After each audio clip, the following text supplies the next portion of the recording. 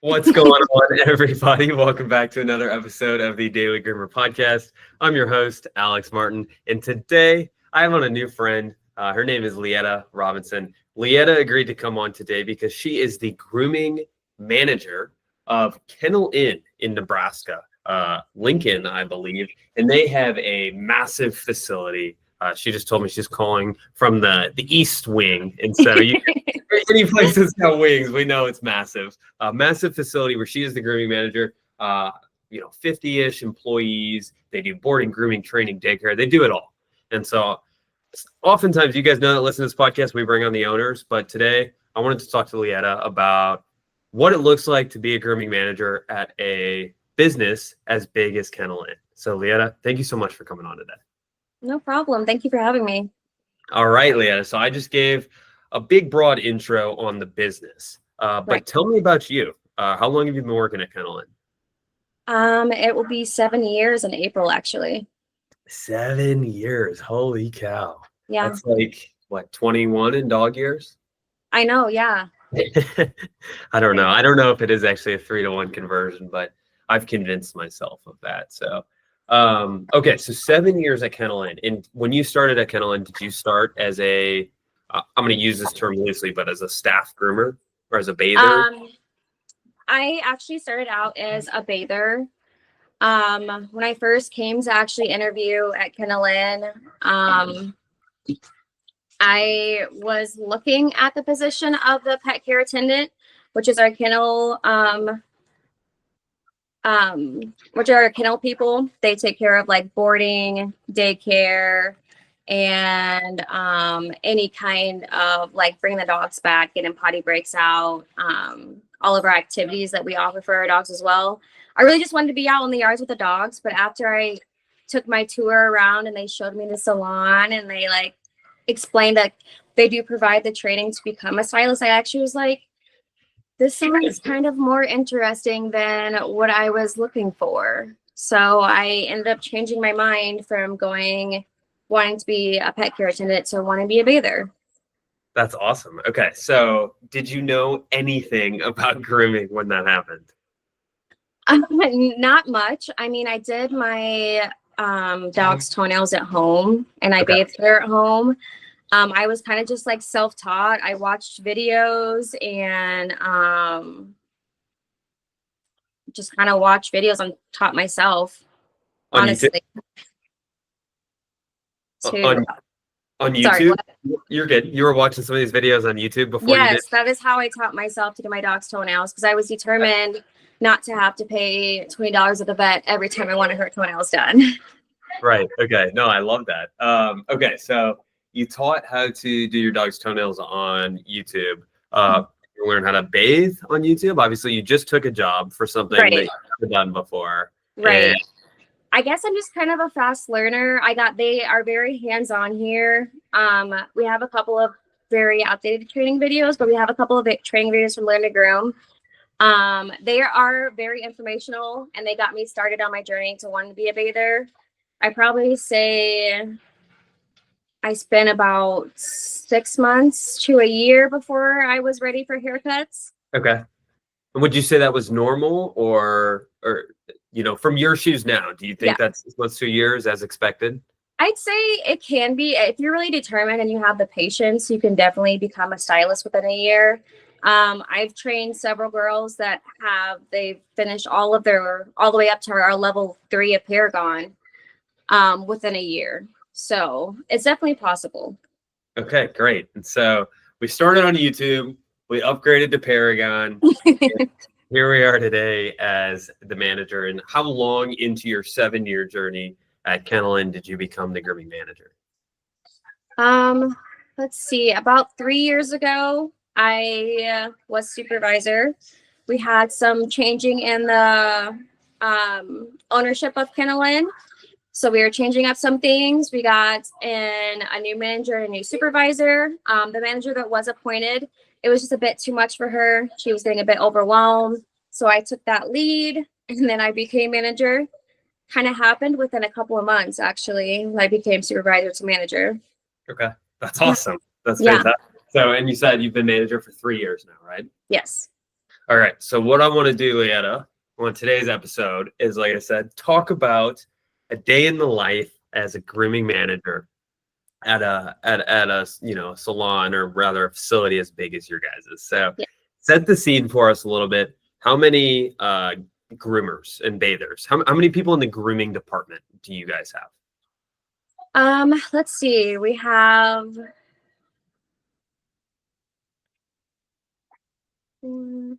including me, we have 6 stylists.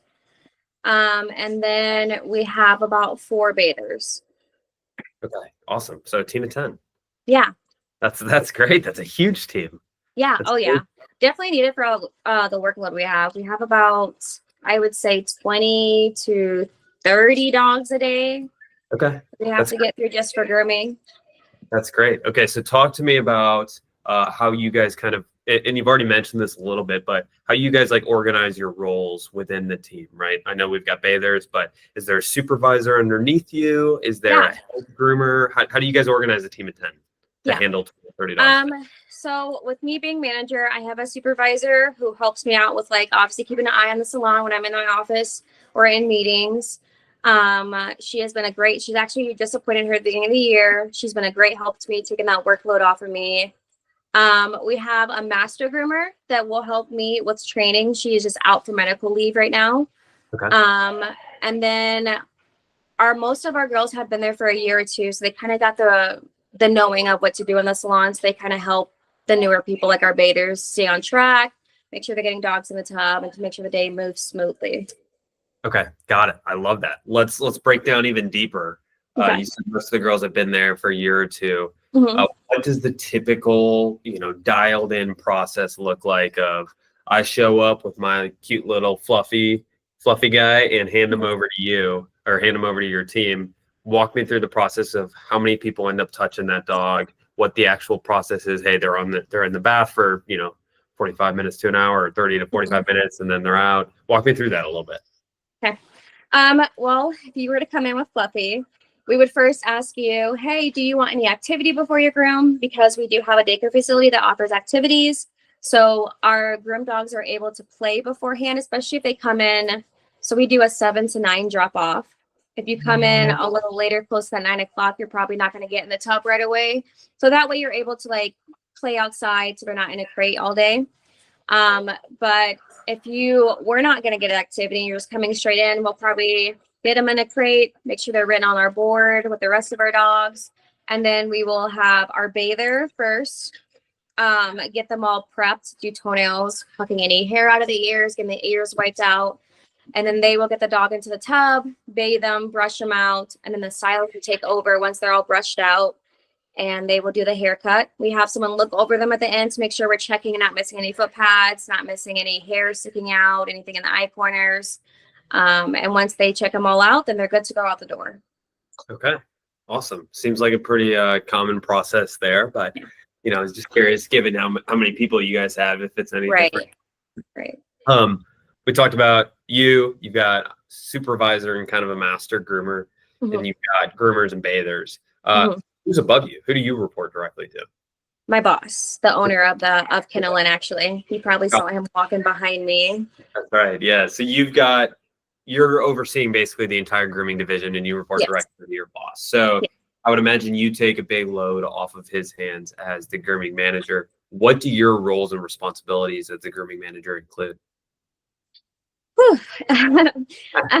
as a manager, I train all the girls to go through Paragon.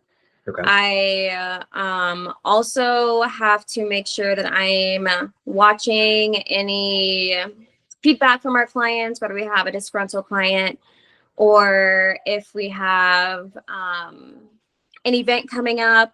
We do tables at different events. There was one year we had Tails and Trails is what it's called, but you get your little booth from your business and you get to hand out information. Some people bring like dog treats or like little knickknacks with the logo of the company on there, just to give out to people, just to get your name out there.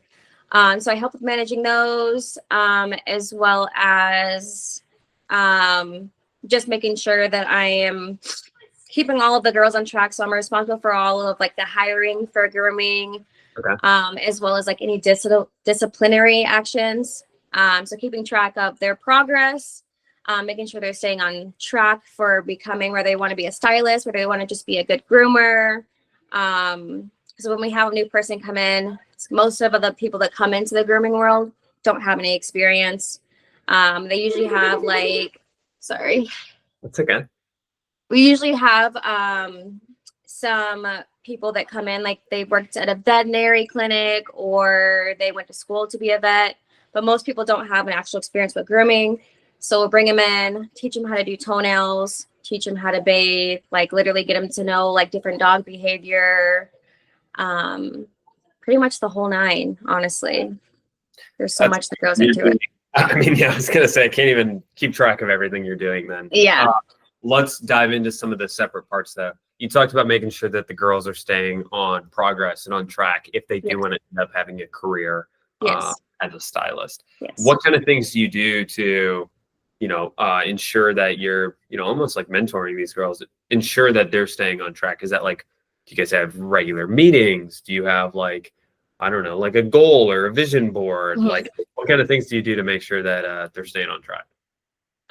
So when the girls, at least for schooling, when they start schooling, what I do is I set a goal in our our software program called Bamboo.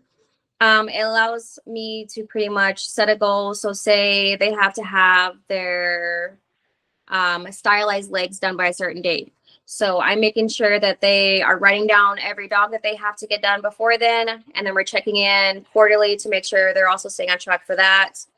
But as well as, for example, for a level 3, the girls have to have a non-sporting, a short-legged terrier, a long-legged terrier, and I think there's one more, a sporting dog. Okay. So they have to have a picture of those dogs, as well as having groomed a certain amount of them. Usually with pet grooming, you don't see as many of those type of breeds. So I have to go into the computer. I look through all of our clients and I kind of make a list who's coming in when. And then I assign them to each of the girls so they make sure they have all of their haircuts for the end of school. Got it. Okay. So it's really kind of mentoring them to get them through school. Yes. Once they're through school and they're, whatever you guys might call them, full-time qualified, licensed, certified groomers, do you continue to do, check-ins or checkups? Yes. Okay. I still stick with my quarterly check-ins, but I also, if I'm noticing like one of the girls is they're not where they should be for how long they have been grooming, I will have them like set a timer so they can count back the time. I set a timer so they can get an idea of what time it should take to finish that haircut. So say they have like a small haircut to do. I say no more than 45 minutes to 50 minutes. And they have a timer that counts back down. So they have to try to finish that dog before then, but it helps with their speed. And it's the same thing that I did when I was learning, and I learned it helped me to be able to get to, I was doing up to 6 haircuts a day before I became manager. Okay. So I love that, because that was going to be my next question is, what kind of goals do you set for, the folks that you manage, and what kind of goals do you have yourself? Let's start back with the groomers, as we were just talking about. Is 6 kind of that magic number you guys are looking for and reaching for? I feel like 6 is a lot. Yeah. I tell my girls, like, you don't have to do the required amount once you're fully trained is 4 haircuts. Okay. That's what I would expect out of any just normal groomer. I do have some girls that feel like they can do more. I have a stylist right now that is doing 5 haircuts, and then she does 1 partial trim. Okay. So she's able to do that each and every day. I pretty much just work with them and see what they're comfortable with, and obviously see where they are in their training. And if they want to do more, they're more than welcome to do more, but I don't push them to do more than 4. Okay. Why did you settle on 4? Well, back when I was doing 6 haircuts a day, when we were on previous management, it was a lot. I just remember how stressed I was and trying to, one, get dogs bathed quick enough to be able to do 6 haircuts a day. And then just getting them in and out of the door. You never know if a dog is gonna need to be rebathed or if it's going to be difficult, it doesn't like grooming, can set you back. And then it just really pushes that time limit of an 8-hour shift. Yeah, no, totally. That makes sense. I mean, I feel like 4 to 6 is definitely reasonable. Let's jump to you and your goals. Do you still groom on a daily basis? I still do about 4 haircuts a day. Oh my gosh. Okay. So you've got the 4 haircuts goals as well. Yeah. Do you have any, let's call it outsized goals that your boss might put on you? Like I don't know, a revenue number or a number of new hiring or something like that? Yes. He has given me my budget goal for the year, as well as I've given him my goals and wanting to train up my girls to get up on a full stylist staff day. I want to be up to 25 haircuts a day. Okay. We're at 20 right now, so we're already mostly there. Okay. So you will need around what, 7 groomers or so, 6 groomers to be able to get there? Yeah.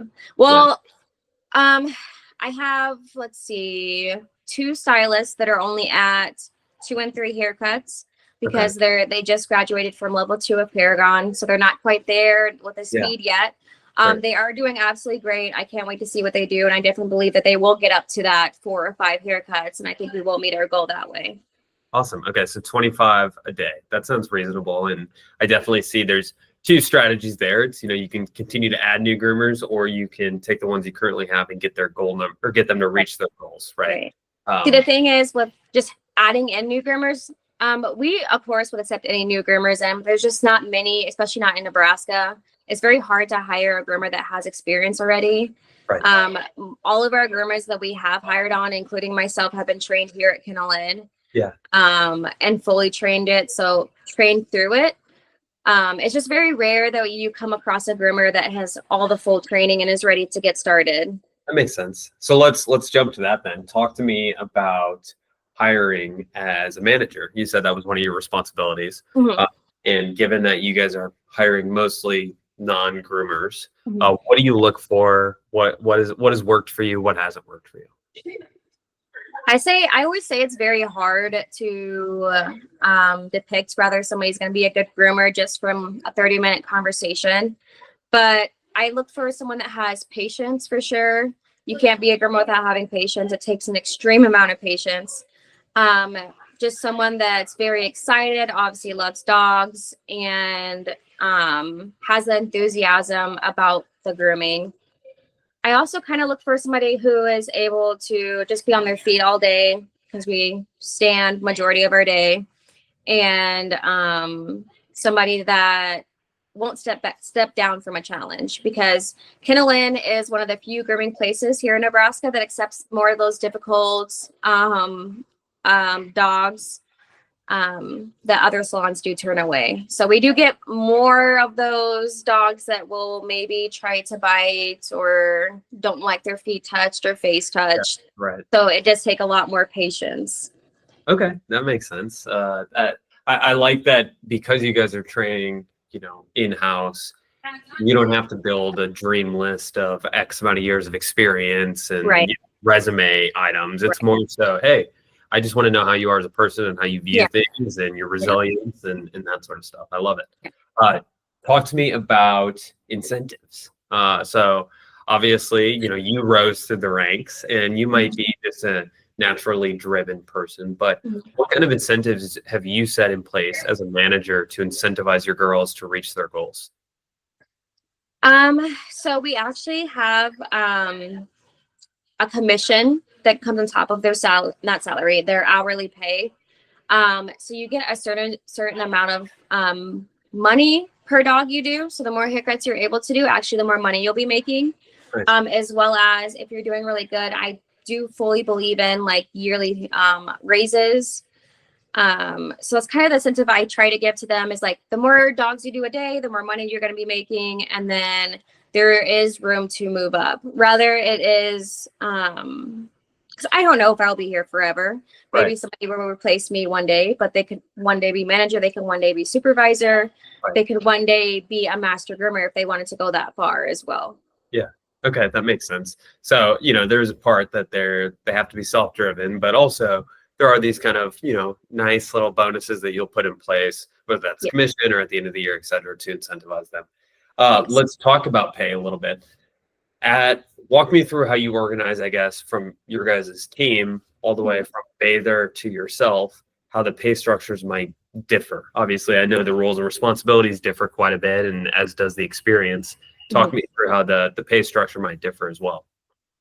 Our bathers, when they first come in and start out, they do have to wait the 90 days of being here first before they earn that commission. So they don't earn that right away, is where people that have been here past the 90 days have obviously earning that $1 to $2 more on their paycheck.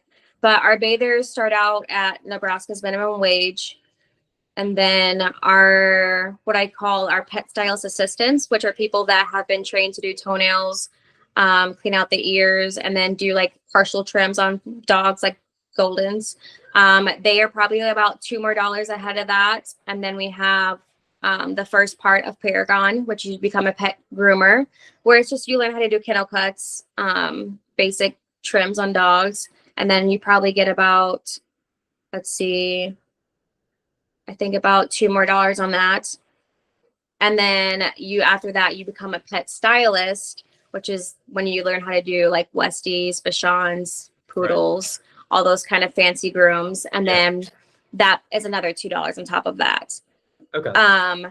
Which I believe when my supervisor got hired, she got a 10% raise from what she was making from being a pet stylist.